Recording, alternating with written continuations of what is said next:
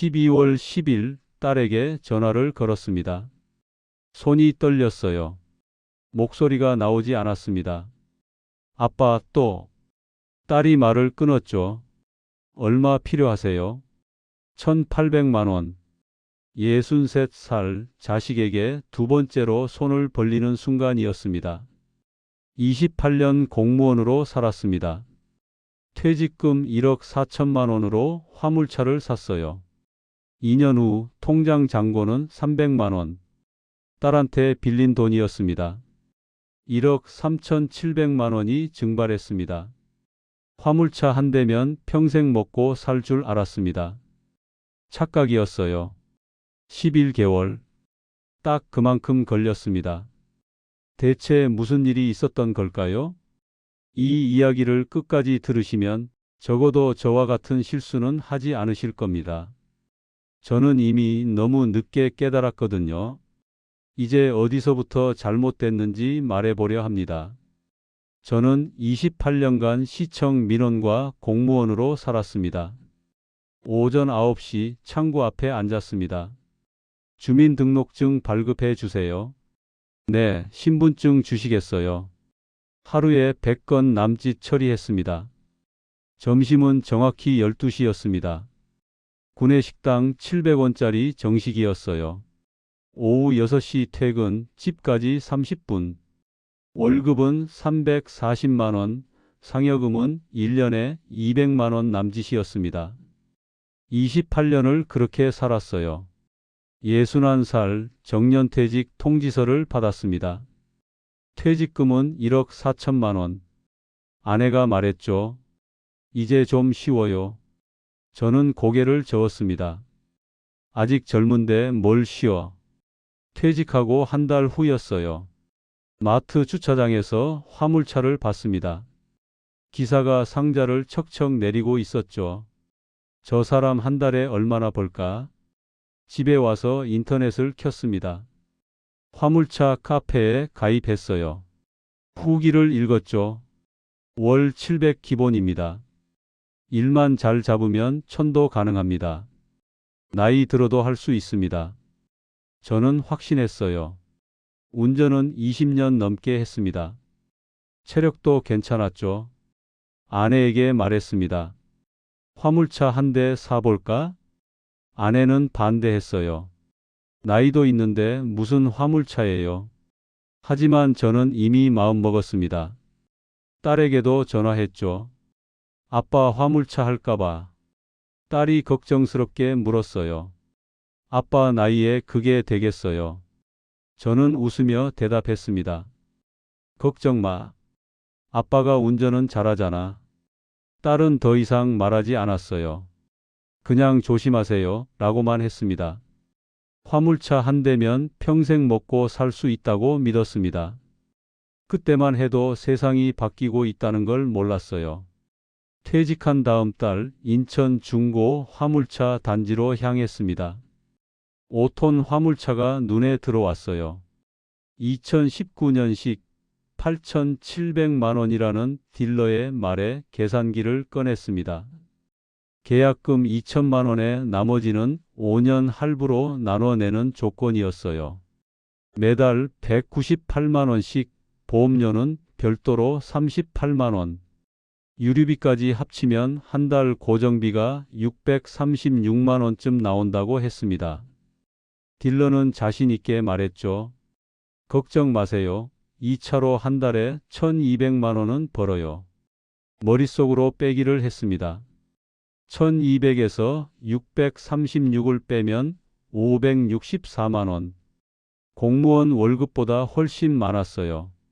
충분하다고 생각하고 계약서에 도장을 찍었습니다. 그날 화물차를 몰고 집으로 돌아왔는데 아내는 한숨만 쉬었어요. 괜찮다고 금방 본전 뽑는다고 말했지만 아내 표정은 밝지 않았습니다. 지인 소개로 첫 거래처가 연결됐어요. 김포에 있는 식자재 도매상이었습니다. 새벽 3시 출근, 닭고기와 야채, 양념통을 가득 실어 서울에서 일산 식당으로 향했죠. 오전 11시에 첫 하차를 마치고 휴게소에서 삼각김밥 하나로 점심을 때웠어요. 오후엔 다시 김포로 돌아가 두 번째 적재. 첫날은 힘들었지만 참을 만했습니다. 상자가 무겁긴 했지만 견딜 수 있었어요. 일주일이 지나자 몸이 적응하기 시작했습니다. 새벽에 일어나는 것도 하루 종일 운전하는 것도 익숙해졌죠. 첫 달 정산을 해보니 매출이 1,200만 원이었어요. 고정비와 잡비를 다 빼니 순이익이 520만 원 남았습니다. 공무원 월급보다 180만 원이나 많았죠. 아내가 제 얼굴을 보며 말했어요. 당신 요즘 표정이 달라졌어요. 진짜 다시 살아난 것 같네요. 저도 그렇게 느꼈습니다. 일하는 게 즐거웠고 핸들을 잡으면 기분이 좋았어요. 무엇보다 다시 쓸모 있는 사람이 된 것 같았습니다. 공무원 생활 28년, 정년 후엔 아무것도 아닌 사람이 될까 두려웠는데 이제는 제 힘으로 돈을 버니까 당당했어요. 딸에게 자랑스럽게 전화했죠. 아빠 요즘 화물차 모는데 생각보다 괜찮아. 딸은 멋있다며 건강만 조심하라고 했습니다. 그 말 한마디가 힘이 됐어요. 화물차가 제 인생이라 확신했습니다. 여기까지는 아직 진짜 이야기가 아닙니다. 문제는 그 다음부터였습니다. 2022년 봄 전화벨이 계속 울렸습니다. 박 기사님, 내일 가능하세요? 이번 주말에 추가 건 있는데요. 거절할 이유가 없었어요. 4월 어느 날 안양 반찬 공장 사장님이 연락했습니다.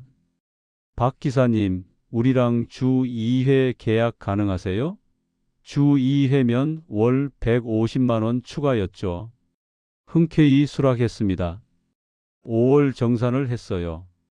통장에 550만 원이 들어왔습니다. 한 달 최고 수익. 아내가 웃으며 말했죠. 당신 요즘 표정이 정말 좋아졌어요. 상반기를 마쳤을 때 2,900만 원을 모았습니다. 이 속도면 1년에 5,800. 계획보다 훨씬 많았어요. 그때가 정점이었습니다. 가을이 왔어요. 10월 초 운송 앱을 열었습니다. 알림이 예전만 못했어요. 새벽에 5건씩 뜨던 게 2건으로 줄었습니다. 별일 아니라고 생각했죠. 고정 거래처가 있으니까. 10월 말 통장을 확인했어요. 450만 원. 지난달보다 100만 원이 줄었습니다. 아내에게 말했죠. 이번 달 좀 줄었네. 명절 지나서 그래. 11월 어느 날 김포 도매상 사장님이 전화했습니다. 박 기사님, 요즘 식당들 주문이 줄어서요. 배송 횟수 조금만 줄여도 될까요? 주 5회가 주 4회로 줄었어요. 한 달에 50만 원 감소. 아직 괜찮다고 생각했습니다. 12월 정산 410만 원이었어요. 2달 연속 하락. 하지만 여전히 공무원 월급보다는 많았죠. 겨울이라 그런 거라고 믿었습니다. 봄이 되면 나아질 거라고. 연말 결산을 했어요. 1년 순이익 6,100만 원. 목표보다 1,000만 원 더 벌었습니다. 만족스러웠죠. 하지만 마지막 2달이 계속 신경 쓰였어요. 혹시 이게 시작인가? 그 생각을 떨쳐냈습니다. 일시적인 거야. 2023년엔 다시 좋아질 거야. 착각이었습니다. 이때까지만 해도 저는 아직 되돌릴 수 있다고 믿었습니다. 그 믿음이 가장 큰 착각이었습니다. 2023년 1월 3일 새해 첫 출근길이었습니다. 김포 도매상 사장님이 전화했어요. 박 기사님 미안한데요. 배송 주 3회로 줄여야 할 것 같아요. 왜냐고 물었죠. 요즘 식당들이 주문을 반으로 줄였어요. 손님이 없대요. 물가가 올라서 외식을 안 한대요. 배송 횟수가 주 5회에서 주 3회로 한 달 수입이 200만 원 줄었습니다.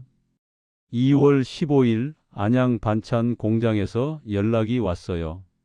박 기사님 정말 죄송한데요.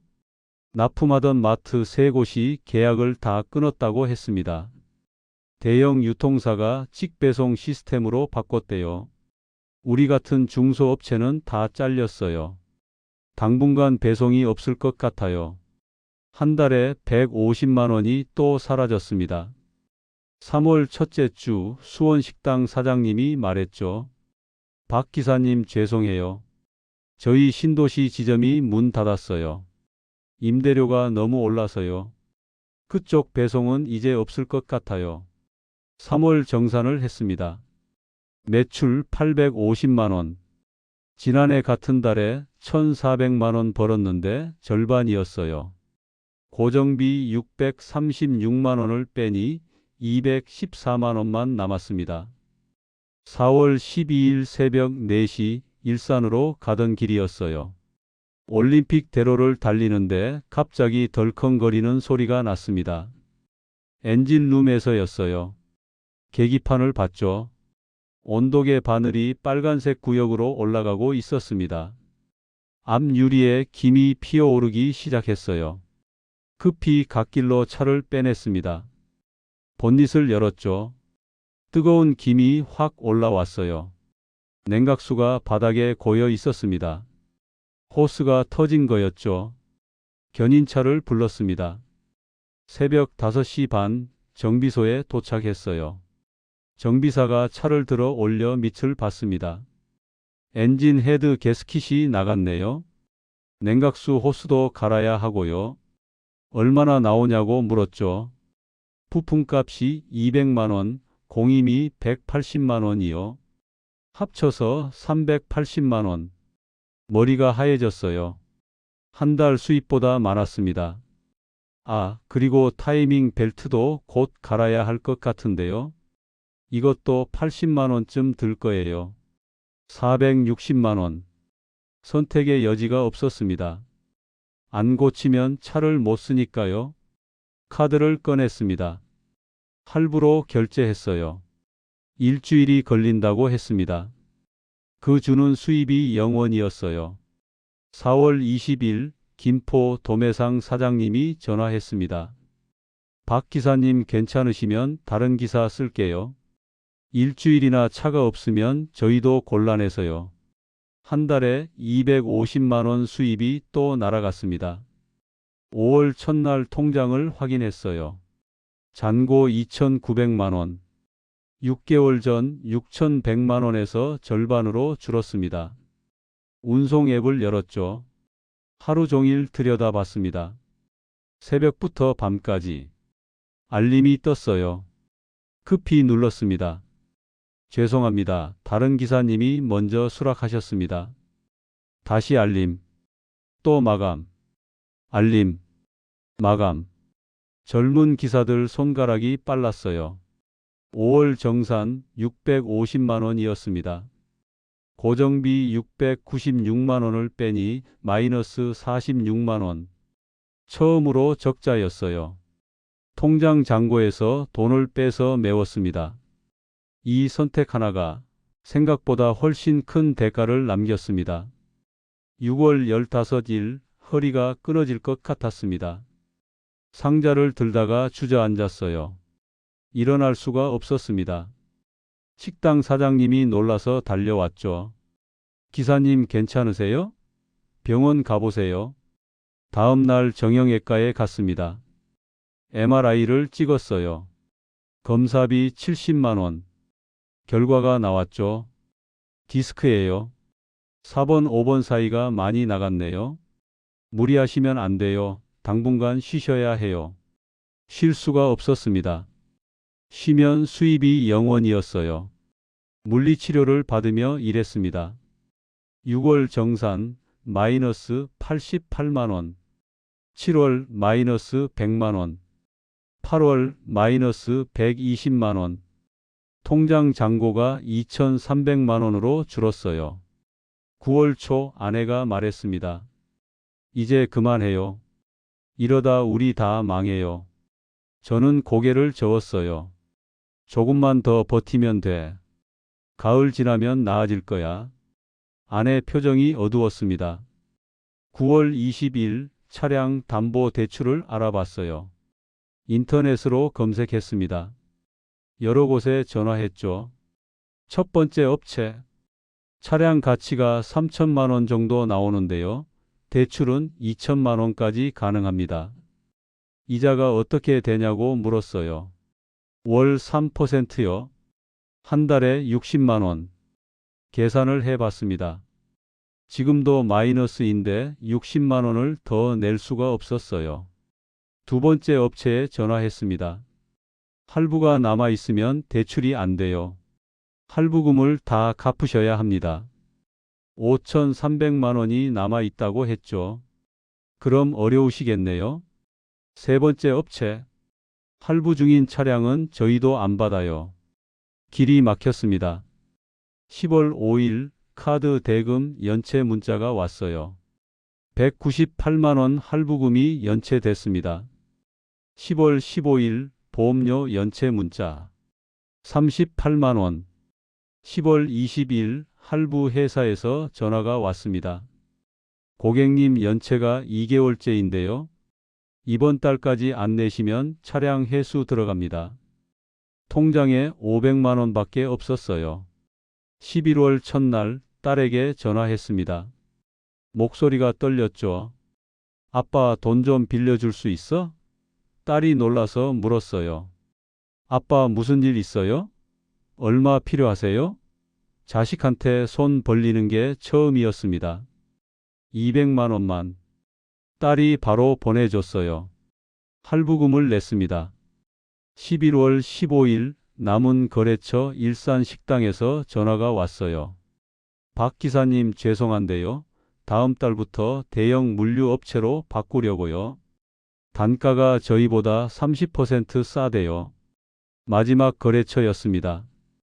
그날 밤 아내와 마주 앉았어요. 더 이상 버틸 수 없었습니다. 차를 팔아야 할 것 같아. 아내가 고개를 끄덕였죠. 그게 나을 것 같아요. 12월 초 중고 딜러에게 연락했습니다. 여러 곳에서 견적을 받았어요. 가장 높은 금액이 3,200만 원. 2년 전 8,700만 원에 샀는데 남은 할부금을 확인했습니다. 5,300만 원. 차를 팔아도 2,100만 원을 추가로 내야 했어요. 통장 잔고에서 딸한테 빌린 돈 빼면 300만 원. 부족했습니다. 12월 10일 딸에게 또 전화했어요. 목소리가 나오지 않았습니다. 아빠 또. 딸이 말을 끊었죠. 얼마 필요하세요? 1,800만 원. 딸이 조용히 말했어요. 보내드릴까? 전화를 끊고 울었습니다. 2024년 1월 5일 차를 넘겼습니다. 3,200만 원을 받았어요. 할부 회사에 송금했습니다. 딸한테 빌린 2천만 원을 더 보냈죠. 통장 잔고 300만 원. 딸한테 빌린 돈이었습니다. 퇴직금 1억 4천만 원은 다 사라졌어요. 1억 3,700만 원이 증발한 거였습니다. 그날 밤 아내 앞에서 무너졌어요. 61살에 처음으로 눈물을 흘렸습니다. 미안해. 다 내가 잘못했어. 아내가 제 손을 잡았죠. 괜찮아요. 건강한 게 어디예요. 2024년 4월 딸이 구인 광고를 보내줬어요. 물류센터 차량 안내직이었습니다. 나이 제한이 없었죠. 면접을 봤습니다. 새벽 5시 출근 가능하세요? 고개를 끄덕였어요. 합격했습니다. 월급은 220만 원. 공무원 월급의 3분의 2 화물차 할 때의 절반도 안 됐어요. 하지만 받아들였습니다. 6월부터 출근했어요. 새벽 5시 물류센터 입구에 섰습니다. 트럭들이 들어왔죠. 수신호로 안내했어요. 왼쪽으로 천천히 스톱. 하루 8시간 근무. 예전엔 16시간 일했는데 몸이 훨씬 편했습니다. 허리 통증도 줄었어요. 병원 갈 일도 없어졌습니다. 적자 걱정도 사라졌죠. 매달 220만 원이 안정적으로 들어왔습니다. 그게 고마웠어요. 6개월이 지났습니다. 지금도 매일 새벽 5시에 섭니다. 트럭들을 바라봅니다. 2년 전 제 모습이 보여요. 새벽 3시에 일어나 16시간씩 일했던, 핸들을 잡으면 행복했던, 화물차가 제2의 인생이라 믿었던 착각이었습니다. 지금 돌아보면 신호가 있었어요. 2022년 말부터 매출이 줄었을 때, 그때 멈췄어야 했습니다. 차를 팔고 다른 길을 찾았어야 했죠. 하지만 1년을 더 버텼습니다. 그 1년 동안 4,800만 원을 잃었어요. 조금만 빨리 결정했다면 이 돈은 지킬 수 있었습니다. 화물차 한 대로 평생 먹고 살 수 있던 시대는 끝났어요. 대형 물류사들이 시장을 장악했습니다. 개인 기사의 일감은 계속 줄고 있죠. 운임은 떨어지고 유류비는 올랐습니다. 구조적으로 수익을 내기 어려웠어요. 특히 퇴직 후 화물차 창업은 위험합니다. 저처럼 퇴직금을 날릴 수 있어요. 나이가 들면 체력이 버티기 힘들죠. 만약 꼭 하셔야 한다면 이것만은 확인하세요. 첫째, 고정 거래처가 확보되어 있는지. 앱 일감만으로는 안정적인 수입이 불가능합니다. 최소 3곳 이상 필요해요. 둘째, 시장 동향을 계속 체크하세요. 대형 물류사의 움직임을 주시해야 합니다. 셋째, 적자가 나면 빨리 정리하세요. 버티면 손해만 커집니다. 저는 1년을 버티다 5천만 원을 더 잃었어요. 넷째, 나이를 고려하세요. 50대 후반 이상이라면 신중해야 합니다. 체력이 생각보다 빨리 무너져요. 다섯째, 퇴직금을 다 쓰지 마세요. 최소한 절반은 비상금으로 남겨두세요. 저는 1억 4천만 원을 다 썼습니다. 망했을 때 돌아갈 곳이 없었어요. 세상은 변했습니다. 성실함만으로는 부족해요. 시장 구조가 바뀌고 있었는데 저는 그걸 보지 못했습니다. 28년 공직 생활의 안정감이 오히려 변화를 보지 못하게 했어요. 지금은 물류센터 입구에 섭니다. 트럭들이 제 앞을 지나갑니다. 이상하게 마음이 편해요. 예전에 저를 보는 것 같습니다. 경험이 많다고 세상이 기다려주지 않습니다. 무리한 희망보다 현실을 먼저 보는 용기가 노후를 지킵니다.